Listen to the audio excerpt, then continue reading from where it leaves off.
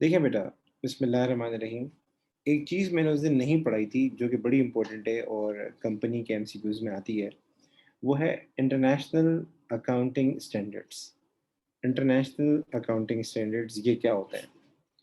हमारे पास क्या होता है, ये वैसे आप ए लेवल्स में पढ़ेंगे और ए2 के अंदर पढ़ेंगे, एज में भी नहीं ए2 में पढ़ेंगे। हमारे पास क्या होता है, वर्ल्ड ओवर कंपनीज़ काम कर रही हैं। पाकिस्तान में भी हैं, लंदन में भी हैं, दुबई में भी हैं, ऑस्ट्रेलिया में भी हैं, अमेरिका में भी हैं, तकरीबन पूरे वर्ल्ड के अंदर कंपनीज़ मौजूद हैं, पूरे वर्ल्ड के अंदर। अब मसला ये होता है कि कंपनीज़ टेक ओवर करती हैं, मर्जर करती हैं, अपने कंट्री के अलावा दूसरे कंट्रीज़ में भी जाके करती हैं। तो एक मसला ये पैदा होता है कि जब 2 कंट्रीज़ हैं, 2 कंट्रीज़ में सेम नेचर की इंडस्ट्री काम कर रही है। पाकिस्तान में भी एक टेलीफ़ोन की कंपनी है, जो कम्युनिकेशन प्रोवाइड करती है। इंडिया में भी एक कंपनी है, जो कम्युनिकेशन प्रोवाइड करती है। सऊदी अरब में भी है, जो कम्युनिकेशन प्रोवाइड करती है। अब आपस में इनको अपनी परफ़ॉर्मेंस को देखना हो, ओवर द बाउंड्रीज़ कि हम कितना अच्छा परफ़ॉर्म कर रहे हैं।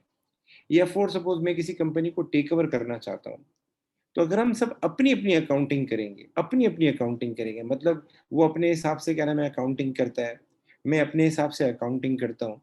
मतलब हमारे अपने लॉज़ हैं, इंडिया के अपने लॉज़ हैं, बांग्लादेश के अपने लॉज़ हैं, सऊदी अरब के अपने लॉज़ हैं, हर जगह के अपने लॉज़ हैं। तो पता है क्या होगा मुझे बताएँ?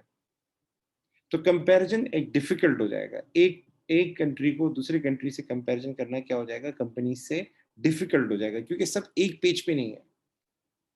जैसे मैं फॉर सपोज़ पूरे वर्ल्ड में अकाउंटिंग पढ़ा रहा हूँ, फॉर सपोज़ हर जगह की अकाउंटिंग की नेचर अगर अलग हो, पाकिस्तान में अकाउंटिंग अलग तरीके से पढ़ाई जाती है, कुछ टॉपिक हैं, कुछ टॉपिक नहीं कराए जाते। इंडिया में अलग तरीके से पढ़ाई जाती है, कुछ टॉपिक हैं, कुछ टॉपिक नहीं कराए जाते। और फिर हर एक के अपने-अपने कॉन्सेप्ट हैं।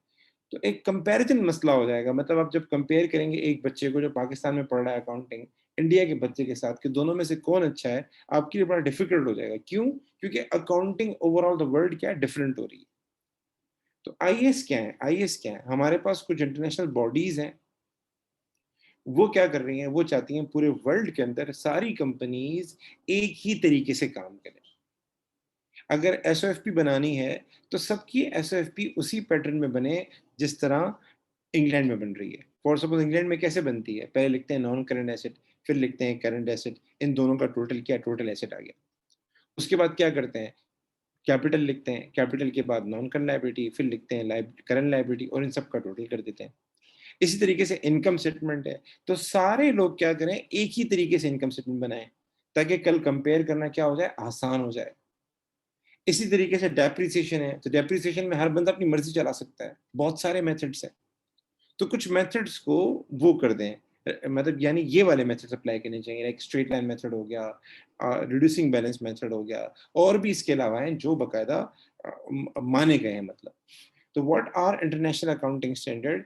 हमारे पास कुछ इंटरनेशनल बॉडीज़ हैं, उन लोगों ने क्या किया है, कुछ स्टैंडर्ड्स बनाए हैं, ताकि पूरे वर्ल्ड में जितनी भी कंपनीज़ काम कर रहे हैं, सब एक पेज पर आ जाएँ, सब एक पेज पर आ जाएँ। यहाँ तक मेरी बात समझ में आ रही है सुनना बेटा?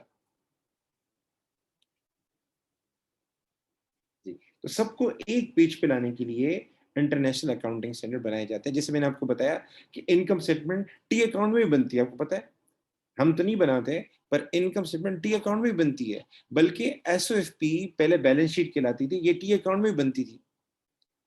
लेकिन क्या है, आहिस्ता-आहिस्ता चेंजेस लाई गई, अब बाकायदा स्टेटमेंट फॉर्म में बनती है, और भी बहुत सारी बातें हैं। तो सब लोग एक ही पेज पर आ जाएँ, इसके लिए ये इंटरनेशनल अकाउंटिंग स्टैंडर्ड बनाए गए।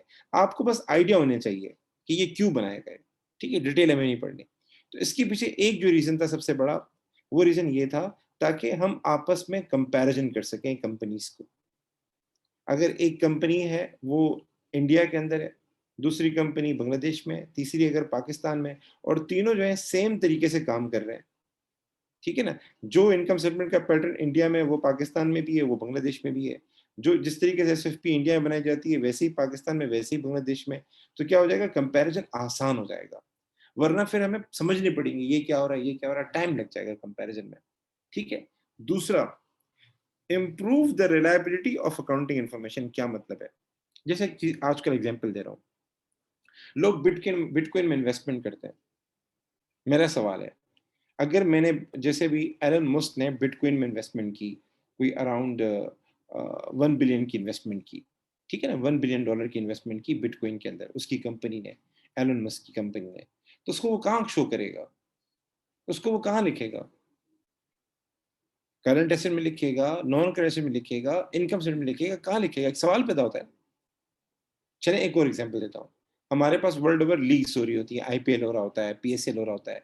ये लोग कॉन्ट्रैक्ट साइन करते हैं, बड़े-बड़े प्लेयर्स के साथ, बड़े-बड़े एक्टर्स के साथ, सेलिब्रिटीज़ के साथ, ताकि हमारी प्रमोशन हो, और उनको एक अच्छी खासी अमाउंट देते हैं, और 3-3 साल के कॉन्ट्रैक्ट होते हैं, 5-5 साल के कॉन्ट्रैक्ट होते हैं, जो सेलिब्रिटीज़ होती हैं। इसको कैसे ट्रीट किया जाएगा? क्या इसको एक्सपेंस ट्रीट करें, इसको एसेट ट्रीट करें? ये एक मसला क्रिएट हो जाता है। तो इंटरनेशनल अकाउंटिंग स्टैंडर्ड जो हैं, इस तरह बनाए गए हैं बाकायदा। बहुत सारे इस तरह के स्टैंडर्ड हैं, जो हेल्प आउट करते हैं इन ट्रांज़ैक्शंस को मैनेज करने में।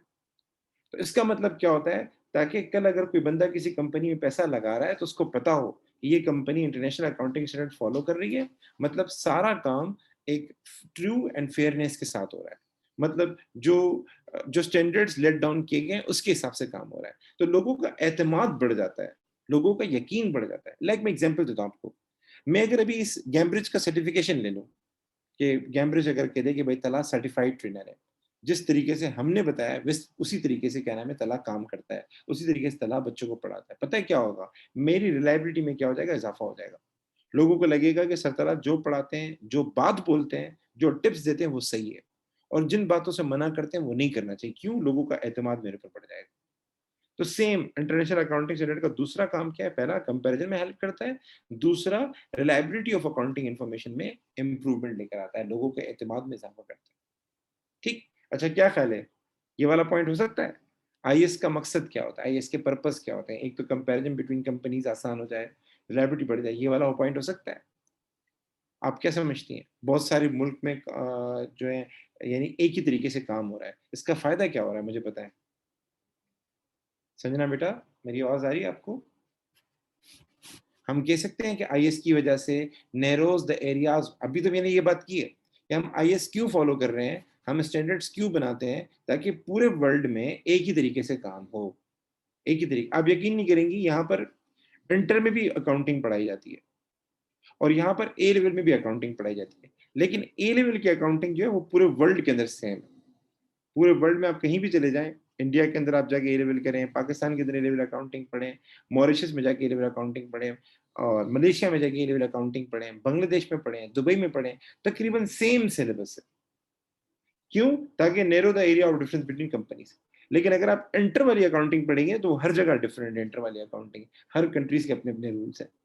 तो इंटरनेशनल अकाउंटिंग स्टैंडर्ड का भी ये काम है कि जितनी भी वर्ल्ड ओवर में कंपनीज़ हैं, उनके दरमियान जो है डिफरेंस कम हो जाए। सारी कंपनीज़ एक पेज पर आ जाएँ, तो ये वाला पॉइंट भी करेक्ट है। अच्छा, आखिरी आखिरी पॉइंट है, make the preparation of financial statement less time consuming. देखें, एक है जान छुड़ाना, और एक है प्रॉपर तरीके से काम करना, जो स्टैंडर्ड है, एक-एक चीज़ का ख़्याल करना, एक-एक चीज़ को प्रिपेयर करना। ये मैंने आईएएस आप ए टू में पढ़ेंगे तो ज़्यादा समझ में आएगा। लाइक आईएएस बकायदा प्रॉपर तरीके से बोलता है कि कौन सी चीज़ पहले आनी चाहिए एसओएफपी में, कौन सी चीज़ बाद में आनी चाहिए। लाइक एक और बड़ी बात बताऊँ, पहले स्टेटमेंट ऑफ फाइनेंशियल पोज़ीशन का नाम होता था बैलेंस शीट, बैलेंस शीट। ये इंटरनेशनल अकाउंटिंग स्टैंडर्ड है, जिन्होंने आके उसका नाम चेंज करवाया, उसका नाम रख दिया एसओएफपी, स्टेटमेंट ऑफ फाइनेंशियल पोज़ीशन। एक और चीज़, कंपनी में पहले एप्रोप्रिएशन अकाउंट बनता था, एप्रोप्रिएशन अकाउंट बनता था। आईएएस आए, आईएएस ने आके बोला, आईएएस 1 है, उसने आके बोला भाई एप्रोप्रिएशन अकाउंट नहीं बनाओ, उसकी जगह बनाओ statement of changes in equity, जो आपने भी सीखी थी रिसेंटली, मैंने मुझे अगर याद हो, ये वाली, ये आपने रिसेंटली, ये आईएएस ने आके बताया। तो मुझे पता है पहले तो जान छूट जाती थी हमारी। एप्रोप्रिएशन अकाउंट पता है क्या होता था? सिर्फ ये चीज़ बनती थी बस। आईएएस आया तो ये वाला कॉलम भी आ गया, ये वाला कॉलम भी आ गया, ये वाला कॉलम भी आ गया, मतलब थोड़ा-सा काम और बेहतर तरीके से हो गया। तो काम तो अच्छा हो गया, लेकिन क्या ख़्याल है, टाइम बढ़ गया या कम हो गया? टाइम ज़्यादा लगेगा ना। देखिए, आईएएस को फ़ॉलो करेंगे, प्रॉपर स्टैंडर्ड्स हैं, लोग रखने पड़ेंगे, खर्चा भी आएगा हमारा, और टाइम भी ज़्यादा लगेगा। तो ये एक ड्रॉबैक है, लेकिन इतना बड़ा ड्रॉबैक नहीं है ये। तो ये ज़हन में रख लें, आईएएस को फ़ॉलो करेंगे, कंपैरिज़न आसान हो जाएगा, अकाउंटिंग इन्फॉर्मेशन की रिलायबिलिटी बढ़ जाएगी, narrow the areas of difference between companies, सारी कंपनीज़ एक पेज पे आ जाएँगे, अंडरस्टैंडिंग आसान हो जाएगी, लेकिन ड्रॉबैक क्या है? टाइम ज़्यादा कंज़्यूम होगा, और एक और पॉइंट मैंने आपको बताया था कि एक्सपेंसिव थोड़ा-सा होता है, मतलब आपको अच्छे लोग हायर करने पड़ते हैं, जो आपको अकाउंटिंग में हेल्प कर सकें, ट्रेन कर सकें आपको। यहाँ तक बातें क्लियर है मेरी? Any issue?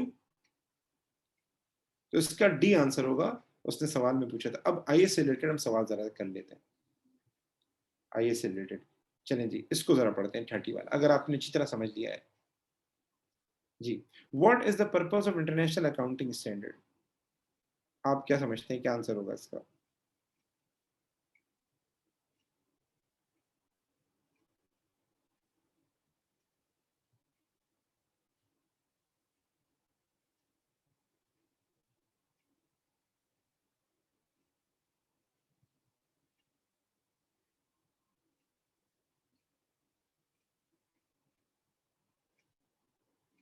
जी बेटा, क्या आंसर हो सकता है?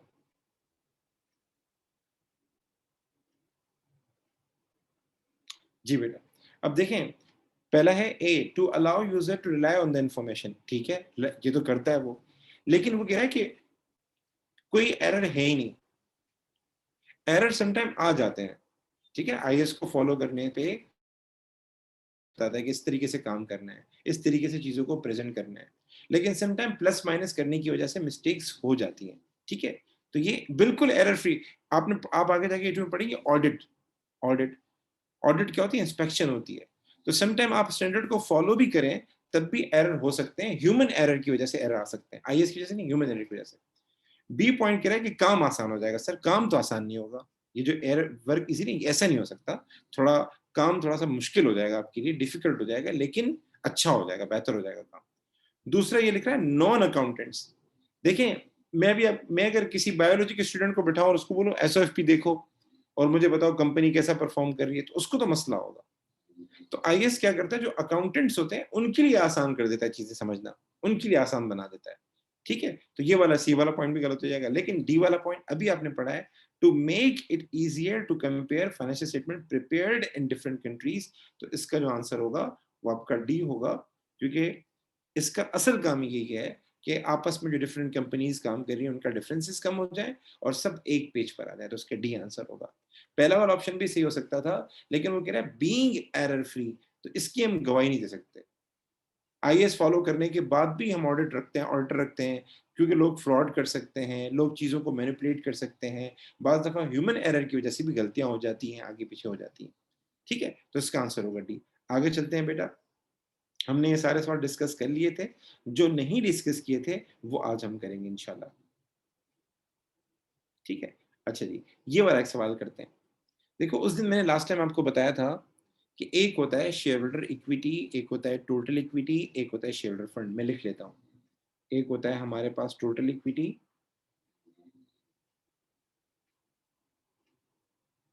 एक होता है हमारे पास शेयर होल्डर इक्विटी,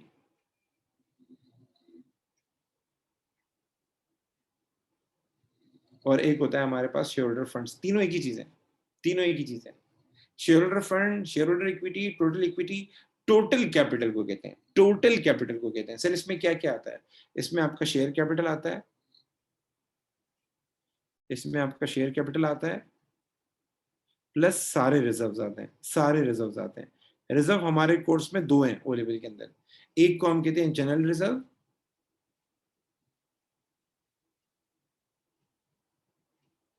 और एक को हम कहते हैं रिटेन्ड अर्निंग। दो हैं हमारे पास।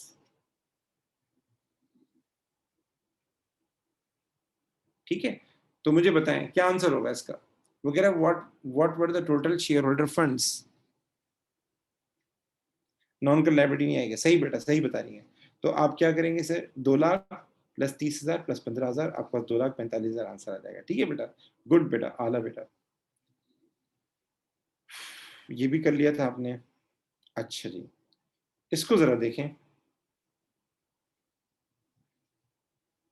इसका आंसर बताएं। इसके लिए रिटर्निंग की इक्वेशन आपको बनानी पड़ेगी, ये कल ही डिस्कस किया था आपसे।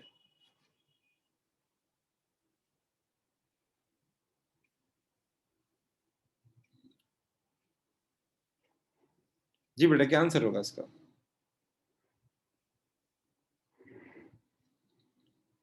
आपने सीखा होगा, रिटेनिंग ओपनिंग लिखते हैं, प्लस करते हैं प्रॉफिट, माइनस करते हैं हम लोग ट्रांसफर, माइनस करते हैं हम लोग ट्रांसफर, और आखिर में हमारे पास क्या आता है, रिटेनिंग क्लोजिंग आता है। जी बेटा जल्दी बताएं क्या आंसर आएगा इसका।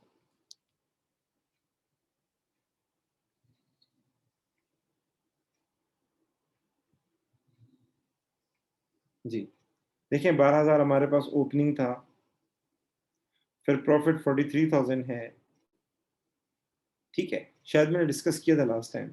और डिविडेंड कितना है, 10% है, किसका, 2 लाख का। तो ये कितना हो जाएगा, ये हो जाएगा 20,000, ठीक है। एंड देन माइनस करेंगे हम लोग क्या, ट्रांसफर टू जनरल रिजर्व, वो कितना बनता है 10,000, तो ये हो जाएगा 30,000। तो ये हो जाएगा 55,000 minus 30,000। I think so D would be the answer.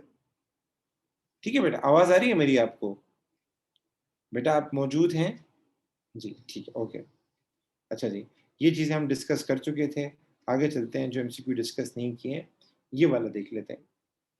ये आप ट्राई करके मुझे बताएं इसका क्या आंसर होगा, सोच समझ के कि आपके नज़दीक इसका क्या आंसर होगा। देखिए बेटा, बिस्मिल्लाह, बिस्मिल्लाहिर्रहमानिर्रहीम। बेटा इसमें जो मेन चीज़ है वो ये कह रहा है कि टोटल रिजर्व बताएं, total of reserve. Total reserve का मतलब ये कि general reserve and retain earning, O level में तो यही है, तो इन दोनों का टोटल वो कह रहा है, इन दोनों का टोटल कह रहा है। तो पहले तो हम रिटेनिंग पे आ जाते हैं। तो हमारे पास ओपनिंग बैलेंस तो उसका दिया ही नहीं है, ठीक है, पहला ही साल है बिजनेस का, क्या है, पहला साल है, पहला साल। तो इसमें प्रॉफिट आ जाएगा, मैंने प्रॉफिट लिखा 21,000। अब रिटेनिंग का क्लोजिंग क्या है, मैं क्लोजिंग फाइंड करना है क्योंकि साल के आखिर में बैलेंस पूछ रहा है। तो हम क्या करेंगे, इसमें से दो चीजें माइनस करेंगे। 21,000 में दो चीजें माइनस करेंगे। सबसे पहले करेंगे डिविडेंड। अच्छा डिविडेंड देख लीजिएगा, डिविडेंड 0.02 पर शेयर है, 0.02 पर शेयर है। तो आप क्या करें, 2 लाख आपके पास टोटल शेयर दिए हुए हैं, शेयर जो है ना उसमें दिए हुए हैं, क्या बोलते हैं, नंबर ऑफ शेयर दिए हुए हैं आपको, 2 लाख शेयर दिए हुए हैं। इनको मल्टीप्लाई कर दें 0.02 से। आई होप कि आपके पास जो आंसर आएगा वो होगा 4,000, ऐसे ही 4,000। आप 4,000 माइनस कर दें, ठीक है। देन दूसरी बात, ट्रांसफर भी हो रहा है, कितना ट्रांसफर, 10,000 ट्रांसफर हो रहा है, ये 10,000 भी आप ट्रांसफर कर दें।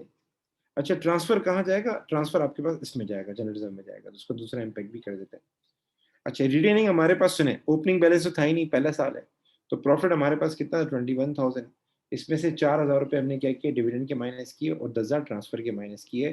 तो नेट जो हमारे पास आएगा, ये हो जाएगा 14, और 14 माइनस 21, ये हो जाएगा 7,000, if I am not wrong. तो आपके पास टोटल जो रिजर्व आ जाएंगे वो कितने हो जाएंगे, 17,000 हो जाएंगे, if I am not wrong. तो C would be the right answer. क्या ख्याल है, यहाँ तक बातें क्लियर है मेरी? ओके बेटा, आगे चलते हैं। अच्छा जी, which international accounting objective are described by the following statements? चलो ये भी आपके कोर्स में टॉपिक है, ये मुझे अलग से समझाना है कि चार हमारे पास मेन प्रिंसिपल होते हैं। एक को कहते हैं रिलायबिलिटी, एक को कहते हैं कंपेरेबिलिटी, एक को कहते हैं अंडरस्टैंडेबिलिटी, और एक हमारे पास होता है रेलेवेंस। रेलेवेंस कि हर वो चीज़ क्या हो, जो भी इंफॉर्मेशन दे वो रेलेवेंट हो। तो इसको मैं इंशाल्लाह फिर कभी बताऊंगा, लेकिन ये आसान है, ये ज़रा देख लेते हैं। पहला, information in financial statement must be free from material error and bias। देखें, जब हम किसी बंदे पे एतमाद करते हैं ना, तो हम क्या सोचते हैं, हम बोलते हैं यार वो जो बात कर रहा है ना, वो बात क्या है, रिलायबल है, मतलब वो बात जो भी कर रहा है वो उसमें कोई शक की गुंजाइश नहीं है। जहां शक की गुंजाइश नहीं होती, जहां शक की गुंजाइश हो ना, आपको डाउट हो कि भाई यहाँ मसला है, तो आप बोलते हैं ये चीज क्या है, अनरिलायबल है, ठीक है, अनरिलायबल। लाइक मैं बोलता हूँ एक चीज रिलायबल है, तो मतलब क्या, उसमें शक की गुंजाइश नहीं है। तो वो यही बात कर रहा है कि वो क्या चीज है, वो उस टर्म को हम क्या बोलेंगे जब आप कहते हैं कि भाई शक की कोई गुंजाइश नहीं है, मतलब ये बंदा बिल्कुल बेशक बेहतरीन बात कर रहा है, तो उसको हम प्यार से कहते हैं रिलायबिलिटी। और टू में कह रहा है, user must be able to identify differences and similarities between information and different financial statements. जब आप एक चीज को, आपके सामने एक स्टैंडर्ड आ जाता है ना कि भाई इस तरीके से काम है, और आपके सामने दो तीन चीजें रखी जाएं, तो आपके सामने जब एक स्टैंडर्ड सेट होगा कि भाई ये एक स्टैंडर्ड है इस काम को करने का, ये एक तरीका कार है, तो आपके लिए चीजों को अंडरस्टैंड करना क्या हो जाता है, आसान हो जाता है।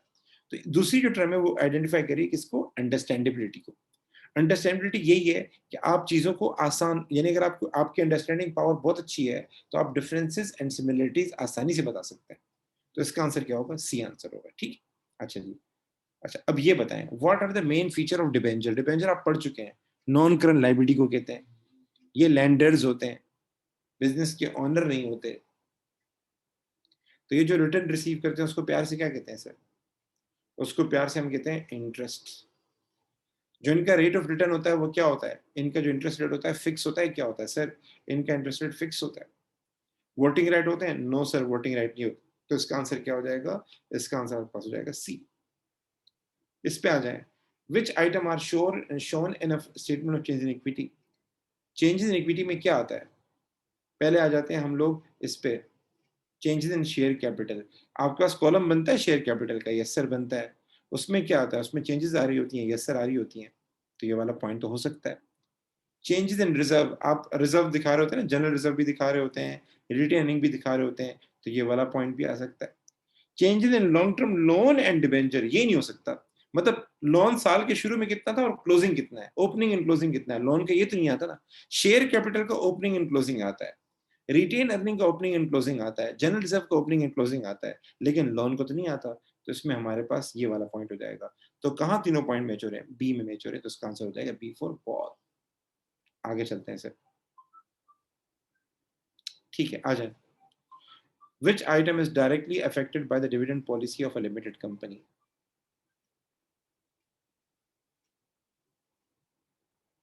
जी बेटा, इसका मतलब क्या है? जब डिविडेंड हम अनाउंस करते हैं ना, उसकी वैल्यू में फर्क आता है। उसकी वैल्यू में फर्क आता है, सिंपल लफ्जों में। तो रिटेन अर्निंग, देखिए डिविडेंड जब भी कंपनी अनाउंस करती है ना, कंपनी के लिए दो चीजें बड़ी इंपॉर्टेंट होती हैं डिविडेंड अनाउंस करते वक्त। एक रिटेन अर्निंग, और दूसरा कंपनी के पास जो बैंक में पैसा पड़ा हुआ वो, मतलब कैश एंड कैश इक्विवेलेंट। ये दो चीजें कंपनी के लिए बड़ी इंपॉर्टेंट होती है डिविडेंड अनाउंस करते वक्त। क्यों? उसको पता है अगर मैं डिविडेंड दूंगा तो मेरे पास फ्यूचर के लिए प्रॉफिट नहीं बचेगा, फिर फ्यूचर में मेरे लिए बड़े मसले होंगे अगर मुझे और खर्चे करने हो। तो हर कंपनी चाहती है कि भाई पैसे कम से कम विड्रॉ हो एज अ डिविडेंड, कम से कम विड्रॉ हो एज अ डिविडेंड, और फ्यूचर के लिए सस्टेन किया जाए। तो इसका आंसर होगा रिटेन्ड अर्निंग। आई होप कि यहाँ तक बात समझ आएगी। अच्छा जी। अच्छा, ये वाला सवाल थोड़ा डिफिकल्ट है, ये वाला सवाल थोड़ा खतरनाक है, लेकिन मैं चाहूंगा आप जरा करें इस सवाल। मैं तो समझा दूंगा, लेकिन आप ट्राई करें। ये थोड़ा डिफिकल्ट सवाल है, आप ट्राई करो इसका क्या आंसर आ रहा है, फिर मैं समझाऊंगा कैसे हुआ है। कुछ आप भी ट्राई करें।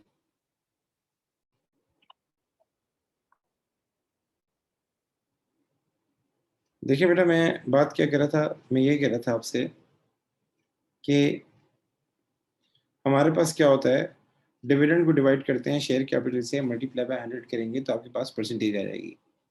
तो फाइनल डिविडेंड कितना परसेंट बनता था, उसने ये पूछा है आपसे। तो शेयर कैपिटल कितना है? 50,000, वो मैंने लिख लिया 50,000 यहाँ पे।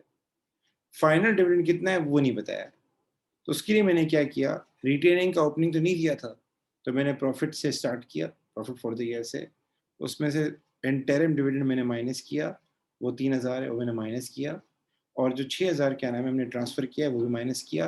फाइनल डिविडेंड इंटरिम के अलावा होता है, मतलब इंटरिम से अलग होता है। इंटरिम वो होता है जो साल के दौरान हमने जो प्रॉफिट कमाया था, क्वार्टरली जो प्रॉफिट आए थे, हमने उसी की बुनियाद पर डिविडेंड दे दिया था। और फाइनल डिविडेंड जो होता है वो बाद में क्या नाम है साल के एंड पे जाके अनाउंस होता है, और फिर उसके बाद हम पे करते हैं। तो अमूमन उसकी पेमेंट बाद में होती है। ठीक है। तो ये जो इंटरिम डिविडेंड है ये साल के दौरान ही during the year quarterly profit profit announce हुआ था और उस पर हमने दे दिया था हमने। ठीक है। तो ये मैंने माइनस किया और ट्रांसफर मैंने माइनस किया, तो मेरे पास 4,000 बच गया। तो ये बोला है अगर हम सारा मतलब यानी जो भी हमारे पास जो भी आखिर में सारा अमाउंट है, अगर वो उसको हम फाइनल ऑर्डिनरी डिविडेंड के तौर पे दे दें, तो ये बताएं उसका कितना परसेंट बनेगा। तो हमने 4,000 लिखा, डिवाइड बाई 50,000 मल्टीप्लाई बाय 100। तो आई आई थिंक आपके पास 8% आंसर आया होगा। यहाँ तक बातें क्लियर है मेरी? अच्छा जी, ये भी हमने कर लिया था, डिस्कस कर लिया था, ये भी हमने डिस्कस कर लिया था, एंड ये सारी चीज़ें डिस्कस हो गई थी। एक मिनट कीजिएगा, मैं चीज़ें देख लूँ। अच्छा, एक आखिरी चीज़ रहती है और मैं आपको समझा देता हूँ, एंड देन फिर उसके बाद हमारा कंपनी कंप्लीट हो जाएगा।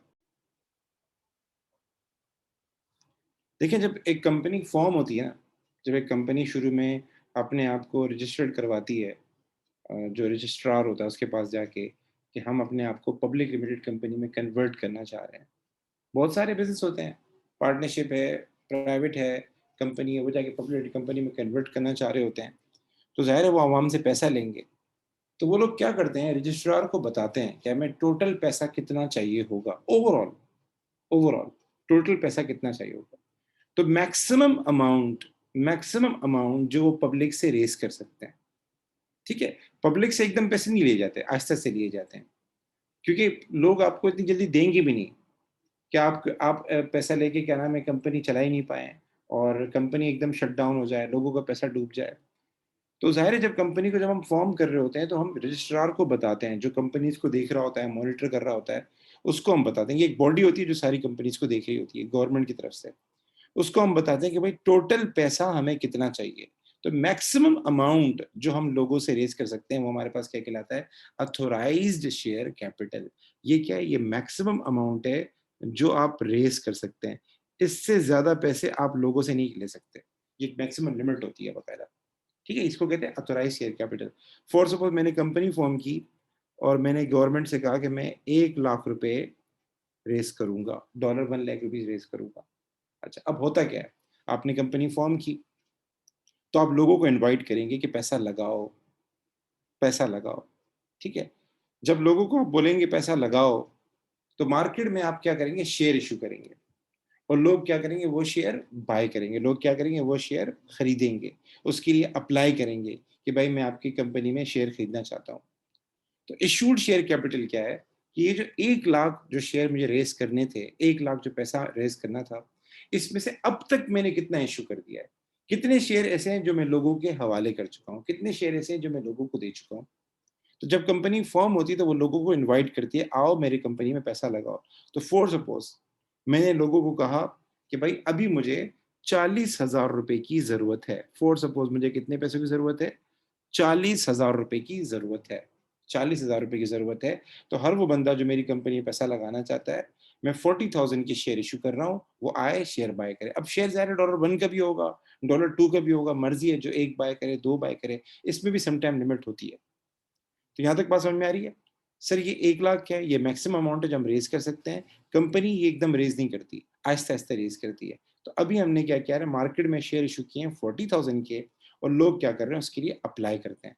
तो सम टाइम ऐसा होता है हमें ज़्यादा भी रिसीव हो जाते हैं, सम टाइम हमें कम भी रिसीव हो जाते हैं। ठीक है? यहाँ तक मेरी बात क्लियर है? यहाँ तक मेरी बात क्लियर है? सर ये कॉल्ड अप क्या है?